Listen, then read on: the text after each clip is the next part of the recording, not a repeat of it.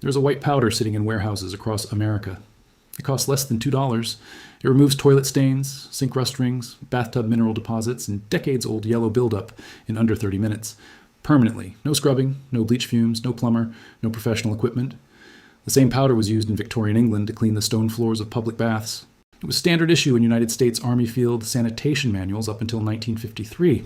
Commercial cleaning companies used it as their primary active agent for 50 years straight. Then, it disappeared from every cleaning aisle. It did not disappear because something better came along. It disappeared because something more profitable did. The household cleaning industry in the United States alone generates over $40 billion every year. That number depends on the assumption that your toilet and your bathtub will keep getting dirty in ways you cannot permanently fix. A $2 powder that solves the problem permanently is not a product opportunity. It is an existential threat. This is the story of oxalic acid, the stain killer that professional cleaners buried and that your grandparents used without ever reading a label. Let me take you back to the year 1776. A Swedish chemist named Carl Wilhelm Scheele is working in a small apothecary lab. He is a man who will go on to discover more chemical elements than almost anyone in history. Scheele isolates a compound from wood sorrel plants, a low-growing weed that grows in cracks between cobblestones and along forest paths across northern Europe. He names it oxalic acid, from the Latin oxalis, meaning sorrel. He documents its remarkable ability to break down metal oxides and mineral deposits at the molecular level. In plain terms, it dissolves rust, calcium, lime, and manganese stains by chemically dismantling them at the atomic level. Scheele's discovery does not stay in the laboratory. Within 20 years, industrial textile manufacturers across England are using oxalic acid. They use it to remove iron stains from linen and cotton fabrics before dyeing. The compound is fast, effective, and cheap to produce. By the early 1800s, every commercial laundry in London knows what oxalic acid does.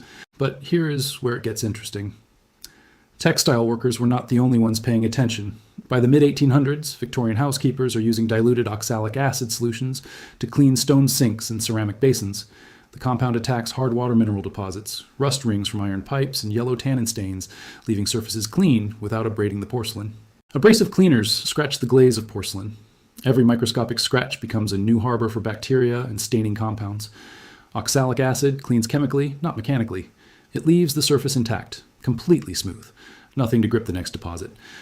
By the 1890s, oxalic acid powder is sold in general stores under names like salts of sorrel and wood bleach. Farmers use it to clean rust off iron tools. Housewives use it on kitchen sinks. Stonemasons use it to restore marble. Jump forward to 1943.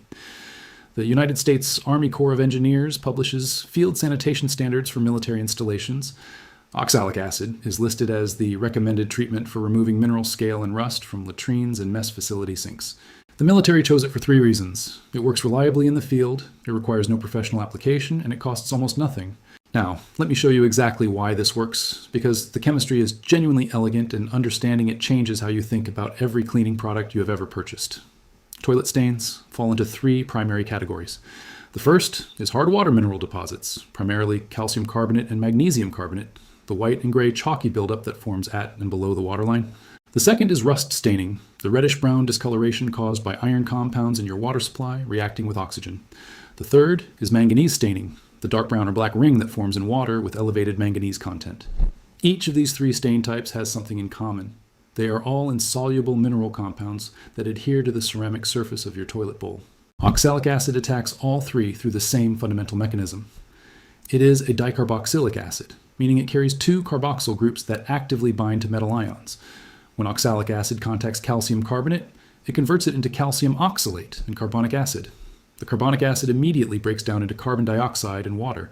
The calcium oxalate is soluble and washes away. The stain is not removed. It is chemically converted into compounds that cannot maintain adhesion to the surface. The same reaction occurs with iron compounds. Oxalic acid converts iron oxide, which is rust, into iron oxalate, which is soluble. The rust does not get scrubbed off. It literally transforms into a substance that water can rinse away. This is why oxalic acid works on stains that have been building for years with no scrubbing required. You are not fighting the stain physically. You are changing its chemistry until it can no longer exist.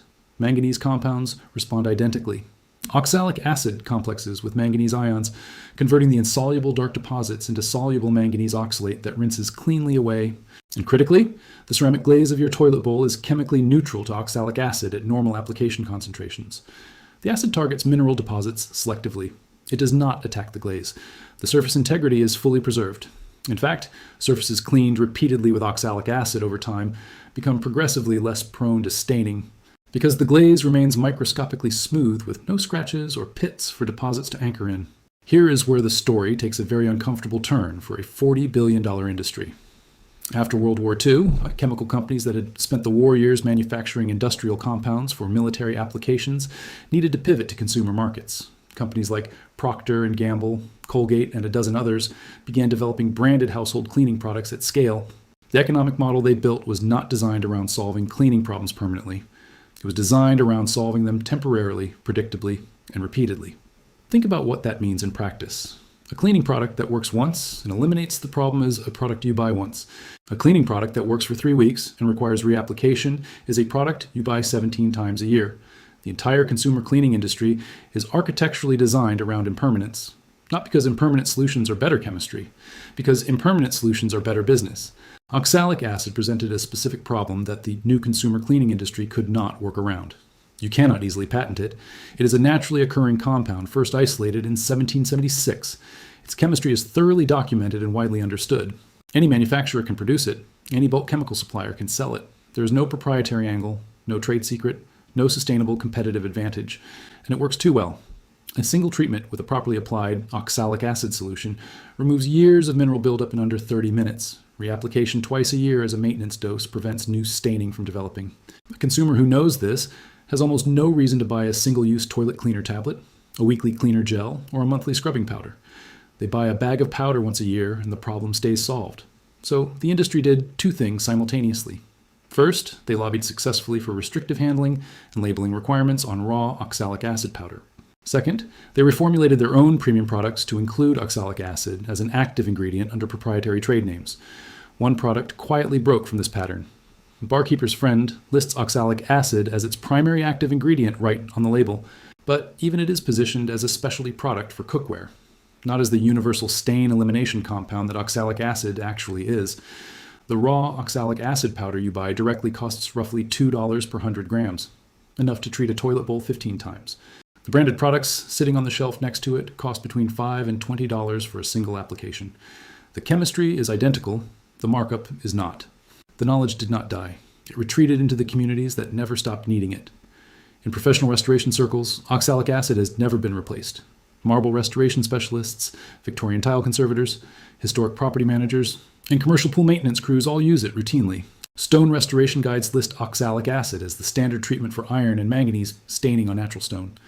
The National Park Service maintenance documentation includes oxalic acid protocols for stain treatment on period-appropriate fixtures. The professionals know. In 2019, a maintenance engineer at a large municipal water utility in the American Midwest published an internal case study on oxalic acid treatment of water storage tanks showing accumulated mineral scaling. Standard descaling protocols using phosphoric acid-based industrial cleaners had failed to fully remove manganese staining after multiple treatments. A single application of concentrated oxalic acid solution removed all staining in 4 hours with no mechanical action. The study was circulated internally and never published in a consumer-facing format. The utility now uses oxalic acid as its standard protocol. Online communities of plumbers, restoration contractors, and DIY homeowners have been quietly sharing oxalic acid knowledge for years. Search for toilet stain removal on any major forum and you will find threads where experienced tradespeople explain the same thing. Buy the powder, use it once, never deal with the stain again. The knowledge exists in plain sight. It has simply been systematically excluded from the places where ordinary consumers would encounter it naturally. A chemistry professor at a university in Ohio began including oxalic acid in a consumer chemistry demonstration course in 2016. The demonstration showed identical stains treated with a name brand cleaner and with a $2 oxalic acid solution. After 30 minutes, the brand cleaner had partially lightened the stain. The oxalic acid solution had eliminated it entirely. Students described it as surprising, not because the chemistry was complex, but because they had never been told it existed. Here's exactly what to do. Pay close attention, because this is the part that changes how you look at every stained surface in your home. Go to any bulk chemical supplier, agricultural supply store, or large hardware retailer and purchase food-grade or technical-grade oxalic acid powder.